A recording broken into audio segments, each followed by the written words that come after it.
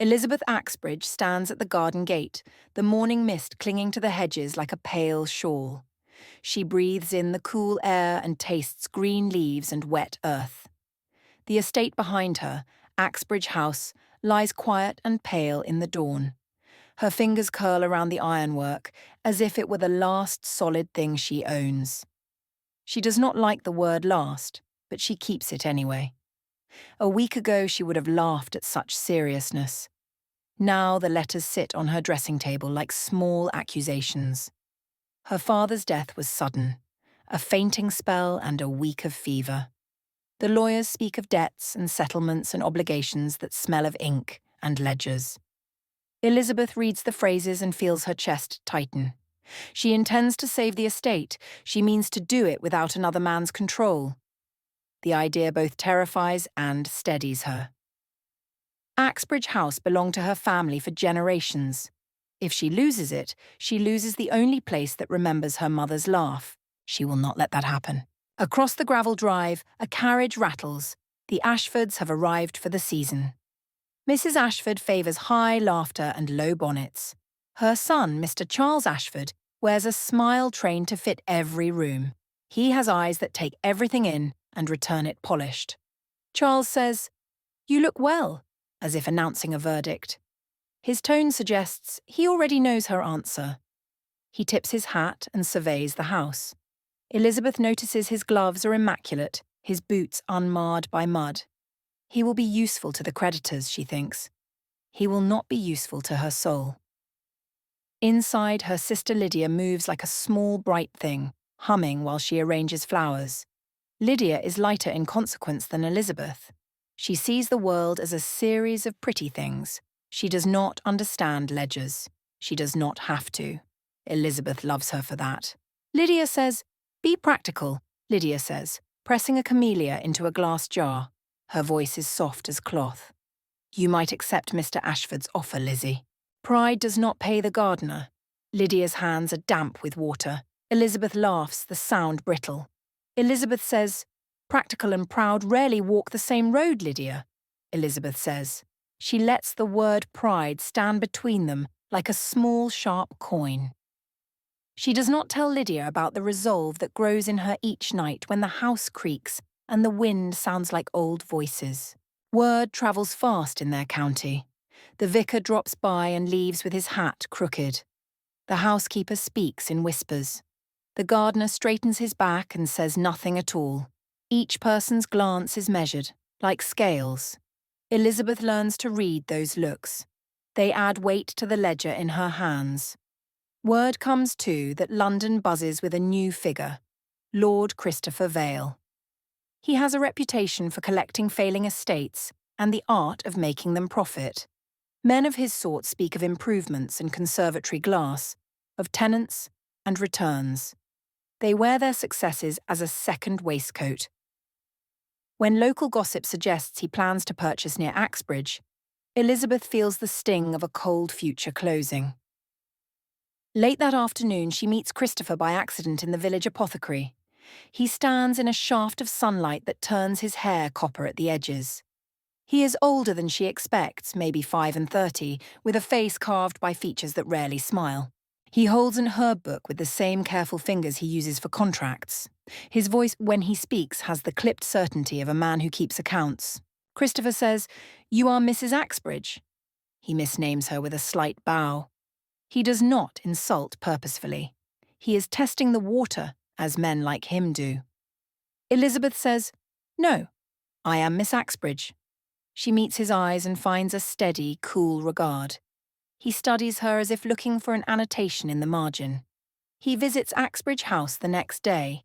He inspects the land with a surveyor's stare. His expression does not soften unless he chooses. He asks practical questions about tenants and lease lengths and the condition of the roof. He asks about the pigsty, the orchard, the spring that feeds the mill. Every question feels like a measure. Christopher says, "You ought to let me manage the property," Christopher says, crisp as a new letter.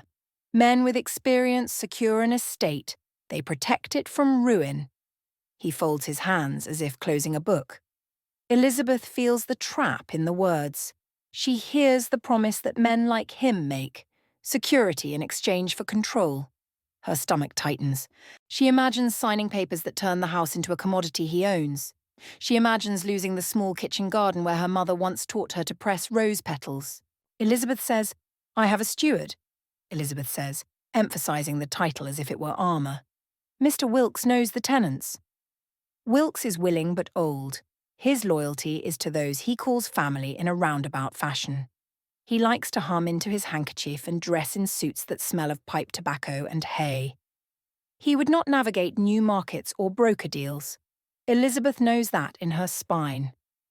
"If you are stubborn," Christopher says, "then I will not force you.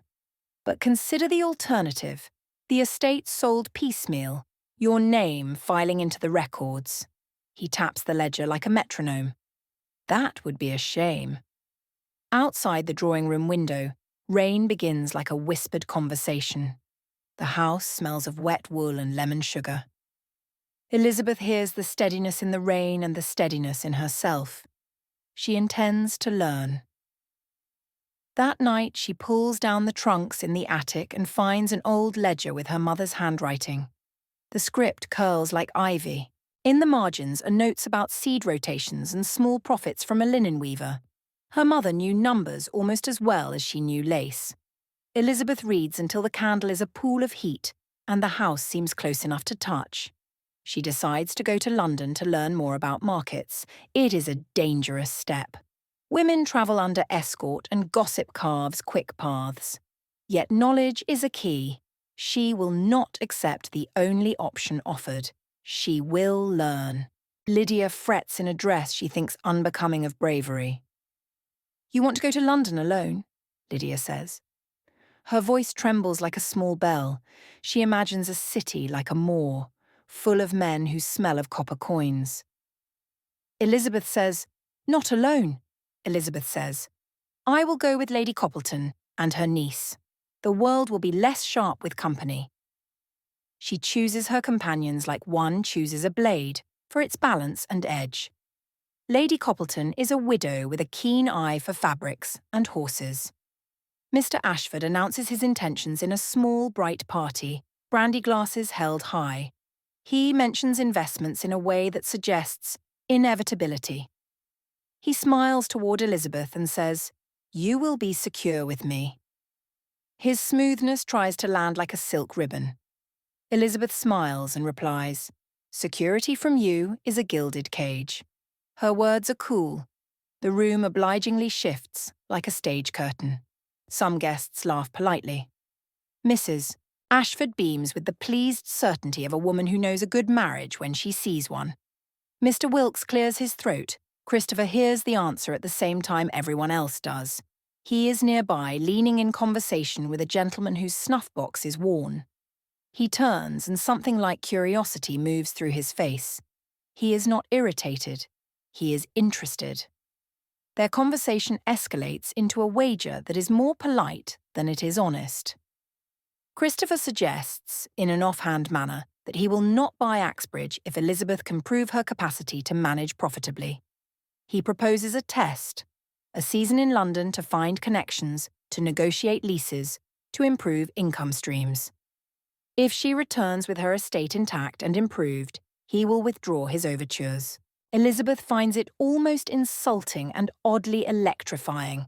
The idea of a trial by social wits would rankle many. For her, it offers a measure. She sees a way to prove that a woman's calculations can be exact and that her loyalty to home is stronger than any comfortable surrender. She accepts. The room applauds as if it were a proper match. In London, the air tastes like coal and perfume. Carriages scuttle like beetles over cobbles. Lady Coppleton's house is on a narrow street lined with shops that spill collars and laces into the sidewalks. Elizabeth listens to Lady Coppleton's advice about which tailors will bend and which will break under costs. She learns the language of contracts the hard way, sitting with clerks who smell of ink. She meets Mr. Ashford at an auction where old paintings are flung like dice.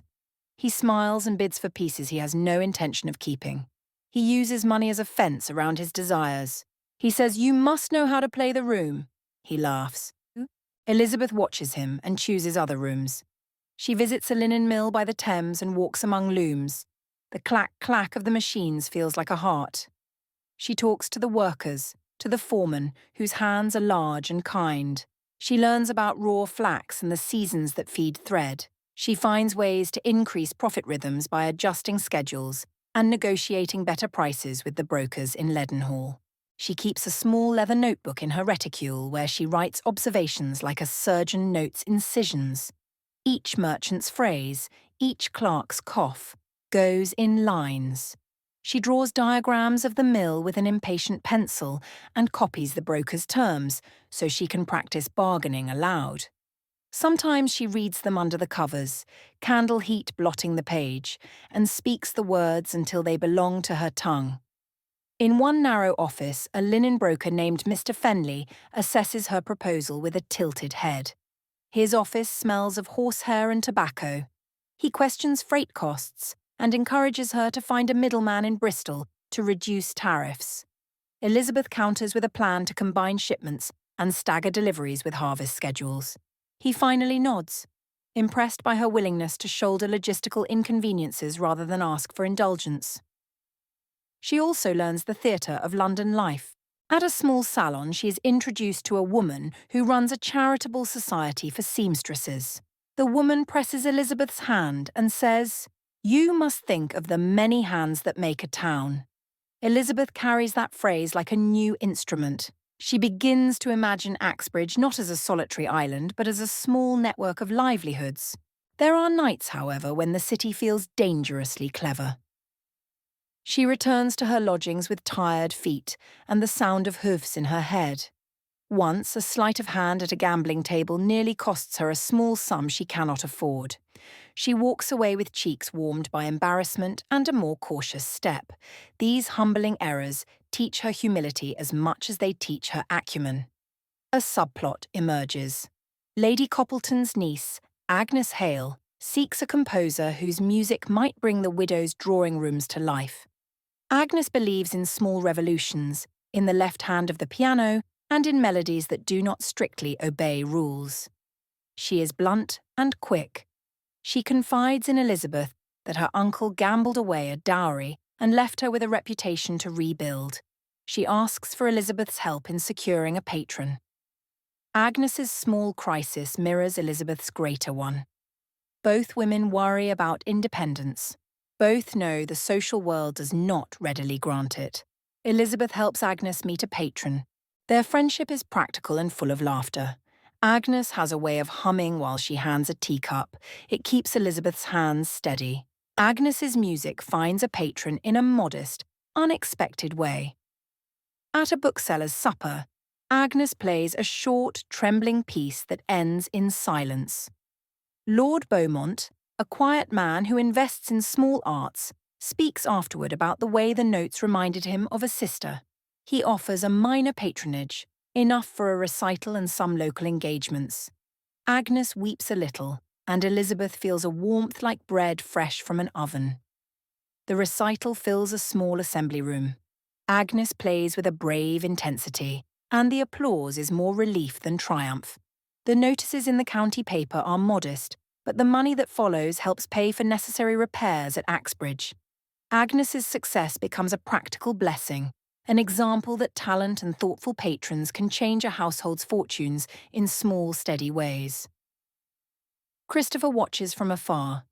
He appears at exhibitions with an air of detached approval and at times sends notes with curt observations. He tests her with questions that are practical and precise. Christopher says, "What is your plan for tenant incentives?" he asks in a letter that arrives like a sparrow. Elizabeth answers with proposals. She draws lines on paper and arranges numbers like lace. She meets with brokers who sneeze into their handkerchiefs and with women who sew buttons by candlelight. She negotiates a lease so that a baker keeps the rent low for a season to help him recover from a bad harvest. She proposes adding lettable rooms to the West Wing for the influx of travellers and thus adding steady income. Meanwhile, Mr. Ashford grows more determined. He offers advantageous terms in private and broad smiles in public. He speaks to Elizabeth in honeyed phrases. Elizabeth says, "You must think of tomorrow," he says as if she is a child. His insistence becomes a pressure that sits at the edge of her days like rain. Christopher, however, remains an enigma. He reads books of agriculture and maps, and he gardens with a gardener's patience when he visits Axbridge. He complains sometimes about the delicacy of society. He does not flatter. He does not dance excessively. He says what he means, and he means what he says. His voice lowers around his mouth. Elizabeth says, "Why do you watch me?" she asks once in a moonlit garden where the air smells of clipped lavender. He presses the stem of a dead rose between his fingers and does not look up. Christopher says, "Because you remind me I once believed in steadiness, and I had forgotten the shape of a thing that endures." His words do not fall as compliments. They fall like stones making ripples. The season lengthens and the ledger in Axbridge improves. Elizabeth sends and receives letters, each an artery leading back to the house. She instructs Mr. Wilkes by post with careful detail. He replies with small drawings of hedge layouts and the occasional misread measurement. He writes about chickens like they are family news. One evening, a letter arrives black at the edges. It is from Mr. Ashford. It contains a proposal and a veiled threat. If Elizabeth refuses his alliance, he will increase his interest in some claims held by creditors who enjoy using the law's slow teeth. The paper sounds like an accusation as she reads. Elizabeth's fingers tremble. She walks the parlour until the pattern of the rug becomes a kind of map. That night she eats alone and leaves the candles to burn low. She thinks of Lydia and the laughter of their mother making bread. She thinks of Agnes and her humble piano scales. She thinks of Christopher's quiet hands. She considers whether she can stand another pressure. She calls a trusted adviser, Lady Coppleton, whose eyes have been sharp as she taught in London. "You must not be bullied," Lady Coppleton says, stirring her tea with a spoon that clicks like a strict metronome. "But you must also not gamble Axbridge away for principle alone." Elizabeth wrestles with the line between stubbornness and wisdom. She sleeps badly and dreams of ledgers that open like flower petals. She wakes with a certain resolve. The creditors move with the slowness of a tide. They send men with parchment and severe coats to Axbridge. They speak of auction dates and appraisers and the things that must be sold first. They make lists as if Axbridge were already a museum whose contents only need labelling. Elizabeth calls upon the one element she has left, her voice. She stands up at a parish meeting and speaks with a steadiness she surprises even herself with. Elizabeth says, "Axbridge is not a commodity to be divided into trinkets," she tells the room full of sitting men. Her voice does not tremble. It rings the way a bell rings when struck honestly. They look at her with something like new respect and cautious suspicion. Some call her foolish. Others say she is brave. The vicar with his crooked hat nods slowly. Word reaches Christopher that she has fought in public. He returns to Axbridge for a visit that is neither casual nor abrupt. Christopher says, "You are making a spectacle of yourself," he says in a way that could be reproach or praise. He offers advice in crisp pieces of paper stuck with ribbon. He suggests a buyer of certain timber and an investor for the West Wing rooms who seeks a reliable landlord. Elizabeth reads his notes and finds their usefulness undeniable. His suggestions save time and prevent a costly mistake. Still, she bristles at receiving help that suggests she is not capable without it. She bristles and then accepts. On a rain-swept afternoon, Mr. Ashford arrives with a coach smelling of leather and expensive cologne. He offers terms again. Simpler now. He tries to make the bargain sound like shelter from a storm. Lydia pleads for peace. Agnes watches as if the exchange were a delicate lesson in theatre. Elizabeth hears the sound of the rain and the rustle of papers. She hears also the small humming of her own heart. She could sign. She could accept the warmth of a comfortable parlour and the neatness of a household run by another's hand. She could preserve Axbridge's roof and lose its bones. Instead, she asks for a week. Elizabeth says, "Allow me a week to settle some arrangements with my stewards and creditors." The words are a polite deflection and a test. Mr. Ashford's smile tightens like a string. That week is a storm.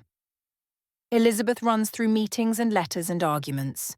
She transforms the West Wing plan into a boarding plan for travellers, a private wing for business guests, and a small hosting room for seasonal fairs.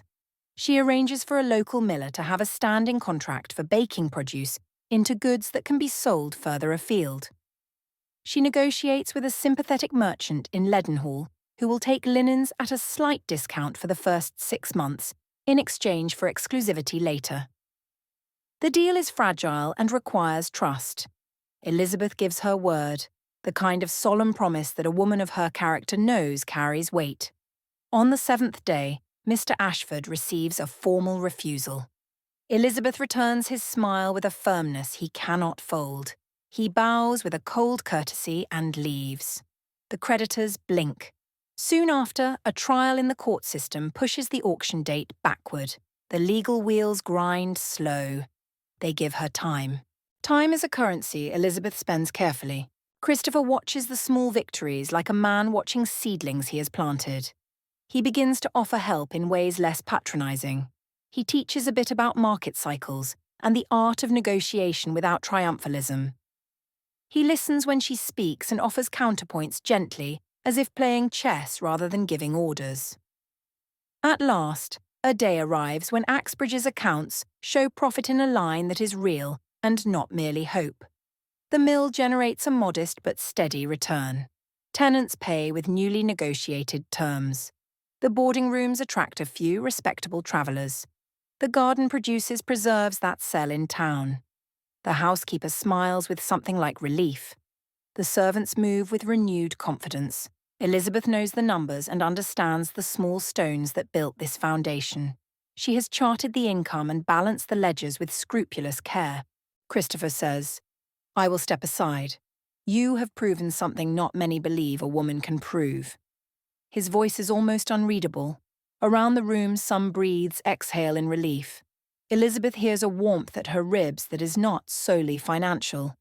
She looks at him and finds in his face a crack-smoothed patience. The crowd that gathers murmurs pleasantly. Agnes squeezes Lydia's hand. Lydia claps too loudly. Mr. Ashford withdraws. He offers another marriage to some other lady with a dowry that glitters enough for his taste. He is untroubled. The world turns. Yet, the crisis is not fully over. Debts remain and whispers linger. A creditor with a sharp tongue publishes a slanderous pamphlet implying that Elizabeth accepted secret funds from London men to save the estate. The rumour moves like dust, settling on corners. It threatens to undo trust. The vicar shakes his head and says nothing. Elizabeth feels the sting. She has given speeches and contracts, but rumours are a different kind of animal. They need a different tactic. She confronts the author of the pamphlet, a journalist known for appetite for scandal, at a county fair where he sits under a tent selling stories wrapped like cheap ribbons. He looks older than his defects. Elizabeth says, "Why do you write things that unmake people?" she asks across a table laden with pies. He blinks and folds his fingers like a gambler. Manfred says, "Stories sell, Miss Axbridge. People desire confirmation of their suspicions." His voice is small and defensive. Elizabeth offers him tea and a direct conversation. She brings with her receipts and letters and witnesses. She insists that if he prints falsities, she will bring legal actions that will leave him without a penny. She does not make threats with melodrama. She lays out evidence like a seamstress, laying pattern pieces. Manfred, who never expected courage wrapped in prim gloves, wavers. He withdraws his claims and prints a correction the following week, albeit with grudging tone. The rumour loses momentum. The vicar breathes more easily. Agnes's music first finds a patron in an unexpected place. At a bookseller's supper, Agnes plays a tremulous piece that ends in a held note like a question. Lord Beaumont, a quiet man who invests in small arts, speaks afterward about the way the notes reminded him of a sister. He offers to fund a modest public recital, not for glory, but to give a voice to the music Agnes believes worth its weight. The recital is arranged at a modest assembly room, the room smelling of dust and beeswax. Agnes sweats in the candlelight and plays as if the notes are small birds she has to coax. When the last chord rings, the audience rises clumsily to applaud. Lord Beaumont comes backstage, his hands slightly trembling, and tells Agnes how the music made him remember a sister who once played the piano. Agnes cries then quietly, and Elizabeth feels a warmth that is not her own. Confronting Manfred proves more complicated than Elizabeth expects. She travels to his tent in the market with receipts and witnesses and holds a conversation steadier than either expects. He flaps and claims he merely repeated what others said. He shows her how a rumour gains velocity when people clutch at a satisfying story. She sees the machinery of gossip like a child's puppet show, strings all tangled. In the end, he prints a correction, and the community notes the change and slowly shifts back toward ordinary speech. Some will always remember the rumour, but most resume their daily business. Elizabeth feels a bitter taste but also relief. Then, on a winter night, a spark becomes a fire. A tenant's cart near the granary ignites in the gale. Elizabeth smells it first, an odd sweetness, as she walks the yard with a candle to see that a child's boot has been left by the back door. "Fire!" someone shouts, and the night explodes into clamour. Men run with buckets that splash and spill. Women wrap shawls around arms and carry what they can. Elizabeth throws herself into the work with a precise calm, tying up her skirts, filling pails, and shouting directions. Christopher is at her side, sleeves rolled, pulling old sacks away from the flames. He moves with a decisive economy that complements her rapid planning. Together they form a chain, a rhythm of human hands chanting against the heat. The granary crumbles into embers that fall like dark snow. The tenant family is safe by miracle and by the quickness of neighbours. Yet the loss is raw. Weeks pass in feverish negotiation with insurers, in hurried building of temporary storage, in consolations that are measured but real. The community responds. Villagers donate labour and tents, and Agnes organises small benefit concerts to raise funds. Christopher and Elizabeth stand at the centre of that rebuilding, deciding who to help first, how to stretch coal and food. They rebuild with an urgency that is practical and humane. Neighbours lend labour and tents. Agnes organises benefit gatherings. Lady Coppleton sends warm coats. Elizabeth draws plans for a stone floor and better ventilation. Christopher arranges the funds and insists on stronger beams. They argue over expense and then reconcile. They learn the slow exchange of married minds, how to concede without erasing one's thought, how to argue about details and still preserve a shared aim. The rebuilding brings new trust. Some debts are postponed by neighbours who sign their names with shaky hands. A farmer offers sheep in trade for repairs. The miller promises grain in exchange for longer contracts. Ultimately, Axbridge absorbs the loss in ways that are costly but not ruinous. Elizabeth writes long letters of thanks to every donor and presses each token into the ledger as a memory. The crisis shows the town what Axbridge can be when stewardship and generosity meet. It underlines their partnership. They can plan budgets and also organise a soup kitchen. Small acts, concerts that raise a few pounds, a baker given grace on a rent day, accumulate into real security. That truth becomes central to Elizabeth's management and to Christopher's altered approach. He sees that profit without care leaves a hollow. Their reconciliation after arguments is small and often domestic. Once, after a sharp quarrel one winter about whether to sell a slice of woodland to balance the books, they sit in the kitchen with a single candle. Christopher, chastened, makes them tea and begins to braid a ribbon into Lydia's hair. Christopher says, "I am sorry I forgot that some things should not be counted in profit." He says it with a sheepish grace. Elizabeth says, "I am sorry I thought you had become a man of numbers alone." Her words are soft as bread. They laugh then, a startled release. The argument becomes a lesson, not a wound. They sleep without rancour, and the morning is bright. After the reconstruction, people begin to arrive at Axbridge's new market with a different air. There is a booth for Agnes's pupils, a stall with linen folded like quiet promises, and a baker who sells crusts still warm. Elizabeth stands behind a table and watches the transactions as if she were watching the sun rise. Each coin that passes is a small story of hands meeting needs. Christopher helps by negotiating a contract with a merchant in Bristol who agrees to take Axbridge's preserves on a staggered schedule, reducing risk in exchange for exclusivity later. The deal is careful and slightly daring. Elizabeth admires the way he now speaks of tenants by name and of needs rather than profits. He has learned to measure worth beyond columns on a page. One evening after the market, they sit in the kitchen with a single lamp and dozens of small receipts spread like autumn leaves. They read them aloud and laugh at a clerical error that once promised 10 dozen when there were only 10.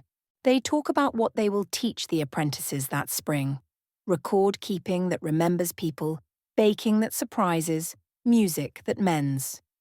Elizabeth feels a quiet contentment that is not complacent. She knows new troubles will come, but she has also learned that steady work and small mercies yield surprising resilience. Christopher, who once thought numbers alone could cure worry, leans his head against hers and hums tunelessly. She kisses his temple, grateful for a companion who now measures life with both practicality and tenderness. Christopher clears his throat one twilight in the orchard. Christopher says, "There is one truth I have kept from you." He turns fully to face her, and the light finds a small gleam in his eye. Elizabeth's heartbeat flutters like a bird trapped within a hand. Elizabeth says, "What truth?" she asks. He tells her he did once buy an estate, and later sold it when the tenants revolted. He admits the sale left a residue of shame. He confesses that he admires steadiness because he once mistook speed for wisdom. The admission is disarming because his voice loses the habitual armour. Christopher says, "I thought owning land was the answer. I thought numbers could fix the ache of everything. It did not. Sometimes profit grows without tenderness." He shakes his head slowly. Elizabeth sees in him not merely the creditor, but the man with a ledger scarred by regret. It draws her oddly near. Their relationship shifts as a result. He steps away in some ways and draws closer in others. He insists less on controlling offers and more on offering partnership in discussion. He asks her advice on tenants and listens. He attends the Axbridge seasonal market and applauds when Agnes's music plays. At a harvest festival, Christopher surprises Elizabeth by hiring a small band to play Agnes's chosen compositions. He reaches out to touch her hand with the simplest contact a man can offer. Elizabeth does not pull away. She feels the brush of his thumb like an ink stroke. There is a hesitance in her and also a yielding. Their years are not an idyll without trouble. Markets wobble, and the odd creditor still grumbles. They make mistakes and apologize. Their companionship is an accumulation of small acts. Christopher learns to admire the smell of a ledger turned by a woman who knows the weight of each line. Elizabeth learns to let someone else set a table while she plans a garden. They host a yearly market that brings people from neighbouring towns. Gardens grow and a conservatory blooms where Agnes teaches music to children. When Christopher announces at a small gathering that he will not buy Axbridge, his voice is measured and low. Around the room, relieved chatter rises. Elizabeth hears a warmth at her ribs that is not solely financial. She looks at him and finds in his face a kindness that has room for his own scars. The crowd that gathers murmurs pleasantly. Mr. Ashford's absence is noted. He has married to secure his chosen comforts. The world turns, and Axbridge breathes. Years later, a traveller asks Elizabeth in the parlour why she never took Mr. Ashford's offer. She smiles and describes the small, improbable victories: a miller's handshake, a saved baker, a recital ticket, a retraction printed in a faint column. She says, "It was never grand. It was particular." That answer surprises the visitor with its simple truth. In the quiet hours, Elizabeth sometimes walks the fields alone. The moon throws a thin light over the hedgerows. She touches the bark of the oldest oak that stood before her. Family had the house painted. She thinks of the many small hands that kept Axbridge standing. Mr. Wilkes's constancy, Lydia's laughter, Agnes's patience, the village's stubborn will. She acknowledges too the strange, steady figure of Christopher, who learned that care and profit could walk side by side. When Christopher finally kneels before Elizabeth, he does so not as a conqueror but as a partner who has learned to tie his own ribbons. The wedding is plain and beloved. Lydia cries openly and Lady Coppleton arranges ribbons in a manner of ceremony. Agnes plays a piece that makes the vicar wipe his eyes. The servants clap in a disorganised fashion. Axbridge House is full of music and the smell of baking. They do not imagine an easy life, they imagine an honest one. A tenant's fire and a lean harvest test them, and they meet those trials together. They argue about how to spend money and whether a change in the Eastfields will suit the cattle. They make mistakes and apologise. They innovate. A small school for girls where Agnes tutors music, a market where preserves sell beside a weaver's cloth, and an apprenticeship programme at the mill so young men can learn trade crafts. The ledger becomes not merely a record of profit, but of promises kept. When she is asked, late in life, how she balanced stubbornness and sense, Elizabeth answers plainly. She speaks of small agreements with bakers and millers, of careful negotiations in London, of letters that were written with both firmness and courtesy. She speaks of listening to tenants and of treating numbers as servants of people. People come away from her explanation less interested in the mechanics and more changed by her conviction that patience can be audacious. On a chilly evening, after candles are trimmed and the last guest has left, Christopher asks softly, "Do you ever regret your old way?" He asks it quietly, as if he wonders whether profit and speed feel hollow now. She rests her head on his shoulder and replies with a small laugh. Elizabeth says, "Only in the nights when I did not try sooner." They sit together and count the small blessings: a repaired roof, a paid bill, a laughing child. Axbridge is safe. The house keeps a ledger that reads like a diary of community. The ribbons on the conservatory flutter, children call for more music, the dog runs in circles around the flower beds.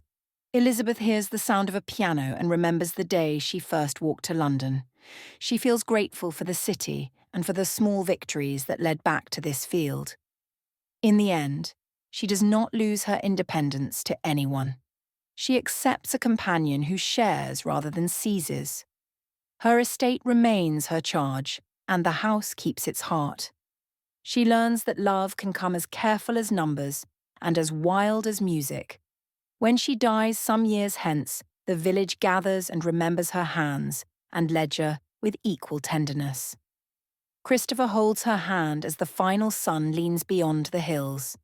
He reads some of her notes aloud, the small wisdom turning into a kind of music.